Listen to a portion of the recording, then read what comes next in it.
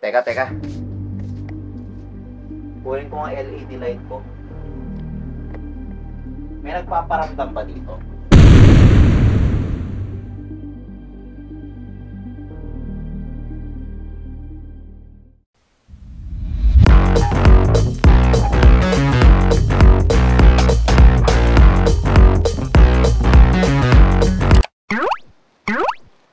Teka nga sandali. Bagong taon na. Hindi ka pa ba magpapalit ng intro mo? Oo nga, bagong taon na. Dapat iba naman. O sige na, palitan na natin.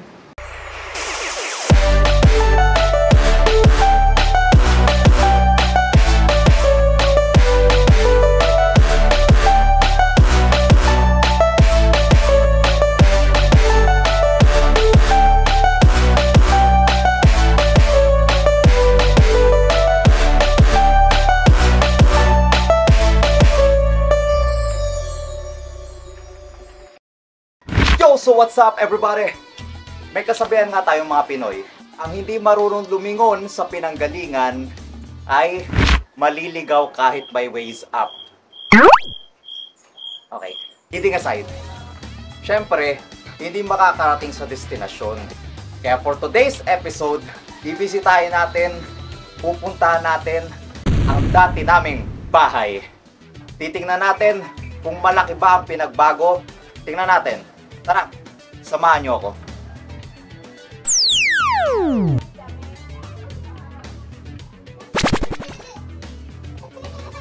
Alright, nandito tayo ngayon sa dati naming bahay. Ang dati naming bahay. At titingnan natin saan nagising yung pinsan ko na napaka-pogi. Papasukin na natin itong loob, okay? Tara. Knock knock. Parang madilim ah. Aba? Nakapatay yung ilaw. Teka, sandali. Ito kaya saksakan. Ay nako. Sana ito. Ay parang ito nga. Ay teka. Nalimutan ko pa rin tsinelas ko. So ito siguro yung pinsan ko. Gigisingin lang natin ha. Ayan. Hoy. May usapan tayo kahapon, gagawa tayo ng content tapos tulog ka pa. Oras na ba? Teka. Oh, 9:43 na. Tayo ka na dyan, magko-content pa tayo. Uy, dali na. Uy. Huwag ka na magkape, tayo na. May isang ilaw pa ba kayo? Ayun, ang chandelier doon. Okay nang O, paano to? Paano i-on to? Itong chandelier nyo. high-tech yung ilaw namin dito. Walang switch. Puro disaksak. Ito yung pagbabalik ko dito. Pakilala ka sa mga katropa natin. Sino ba mga katropa mo? Pakilala ka. First time mo sa vlog ko ngayon. O, pakilala ka. Ako, kay Kilo. Ako. Pangalan! Mag-i-interrogate ako. Sige, pakilala. Good morning. Ako po to si Jan Octemia, pinsan ni Prince Octemia. Andito siya ngayon sa dati niyang bahay, which is kami ang tumitira ngayon. So, yun. Welcome. Okay. Sige. Naistorbo ko ba tulog mo? Medyo. Medyo.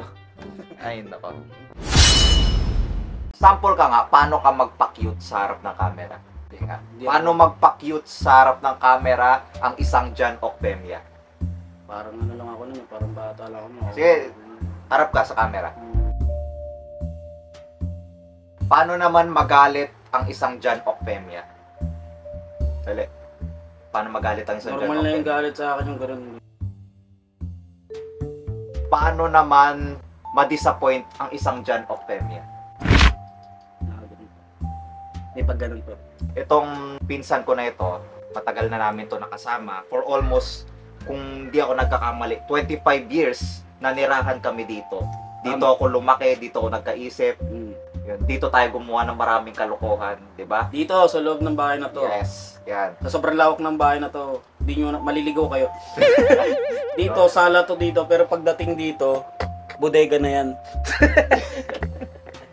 So wala kang trabaho ngayon? Tambay ka muna? Tambay muna tayo ngayon kasi ano na ako 16 months na akong employee. Napakasimple lang naman ng trabaho ko, construction worker lang naman. Pero, yun, mag-a-apply din ako as call center agent. Gusto kong malaman, ano yung mga natutunan mo sa akin? Kung meron. Meron ba? Meron naman, yung about din sa business, kasi bilang adult na rin, syempre, more on more on business, trabaho. Yun, may natutunan din ako sa kanya dahil bilang mas nakakabatang pinsan siya sa akin, mas marami siyang alam tungkol sa business. Yun, mas open-minded siya.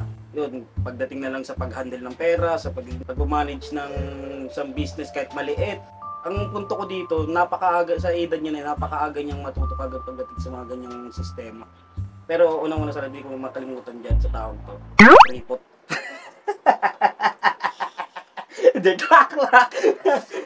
Ano yung mga hindi mo malilimutang kalokohan na ginawa ko? Nung nandito pa ako. Ay nako, sobrang daming kalokohan na ginawa mo dati. Ano? I-filter mo lang. Nakakahiya kasi. Magtatanong ka sa akin kung anong kalokohan ng mga naalala ko dati nung panahon dati. Ayun nga, ano lang, isa lang naman to sa mga hindi ko nakalimutan dati. Nung cellphone namin is yung Ditiklop pa, yung tawag doon ay Motorola.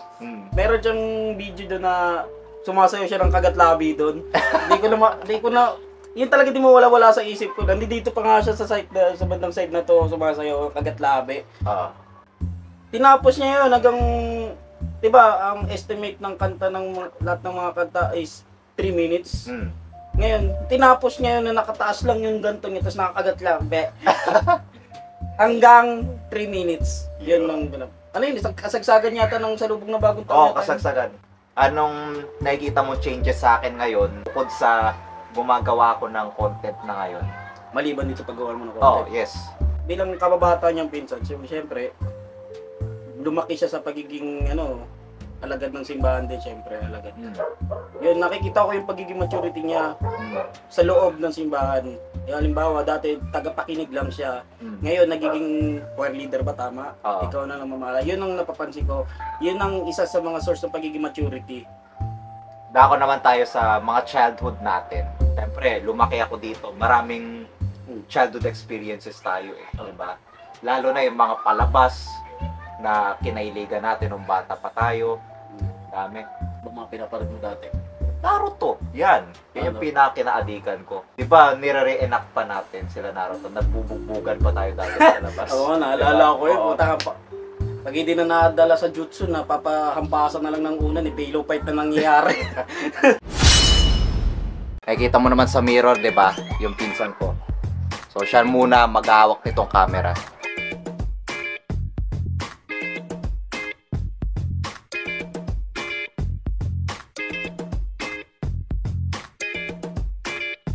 Year 2017, ayun nga, lumipat na kami sa bahay namin ngayon, dun sa may malapit sa Queens Road.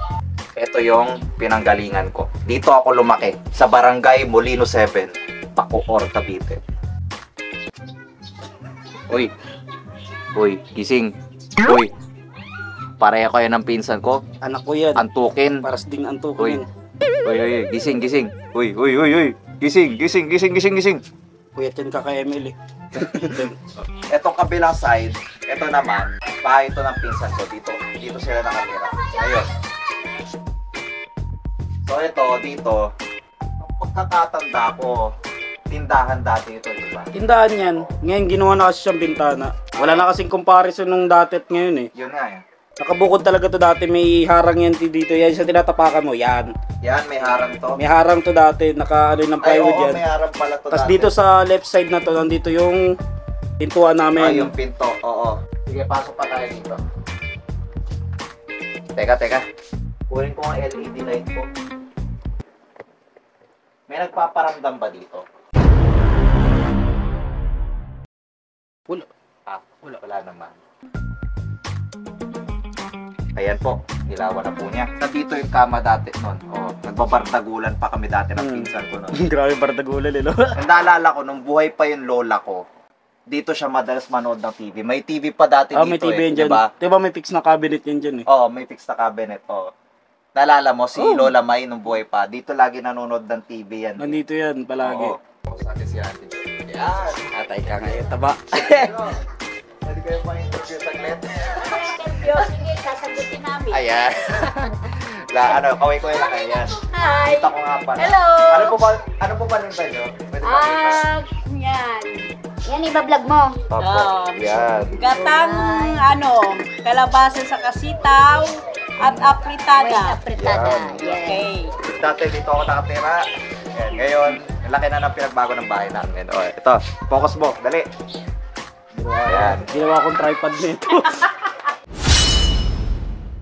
So mga katropa, thank you for watching this video. Babalik na ako sa bahay namin ngayon at magpapaalam ako dito sa pinsan ko. Any last message sa mga katropa natin? Mag-subscribe kayo kung hindi. Ako aanting sa inyo. Oo, wala pa rin pinagbago hanggang ngayon. Napakatapang pa rin ito. Okay, alright. Sige, lumayas ka na. Okay, pabalik na ako.